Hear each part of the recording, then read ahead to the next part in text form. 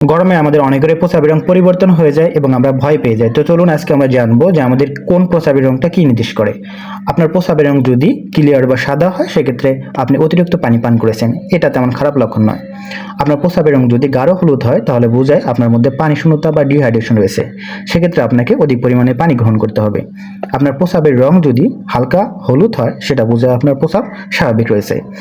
আপনার প্রস্রাবের রং যদি সাদা ঘোলাটে হয় তাহলে বোঝায় আপনার প্রস্রাবে ইনফেকশন রয়েছে, সেক্ষেত্রে প্রস্রাবের পরীক্ষায় আপনার প্রস্রাবে পাস সেল বা ইপিথেলিয়াম সেলের উপস্থিতি দেখা দিবে। এক্ষেত্রে ডাক্তারের পরামর্শে অ্যান্টিবায়োটিক গ্রহণ করলে ঠিক হয়ে যাবে। আপনার প্রস্রাবের রং যদি গাঢ় হলুদ সাথে কমলা কালারের মতো হয় তাহলে বোঝায় আপনার রক্তে বিলিরুবিনের পরিমাণ বেড়ে গেছে, যার কারণে জন্ডিস হয়ে থাকে। আপনার প্রস্রাবের রং যদি গাঢ় বাদামি কালারের হয় তাহলে বোঝায় আপনার কিডনিতে কোনো সমস্যা আছে। আপনার প্রস্রাবের রং যদি লাল কালারের হয় তাহলে বোঝায় আপনার প্রস্রাবের মাধ্যমে রক্ত যাচ্ছে, এটা খুবই একটা এমার্জেন্সি কন্ডিশন। আপনার প্রস্রাবের রক্ত ব্যথা বা অস্বাভাবিক রং যদি দীর্ঘস্থায়ী হয় তাহলে অবিলম্বে ডাক্তারের পরামর্শ নিন। ভিডিওটি ভালো লাগলে শেয়ার করুন। ধন্যবাদ।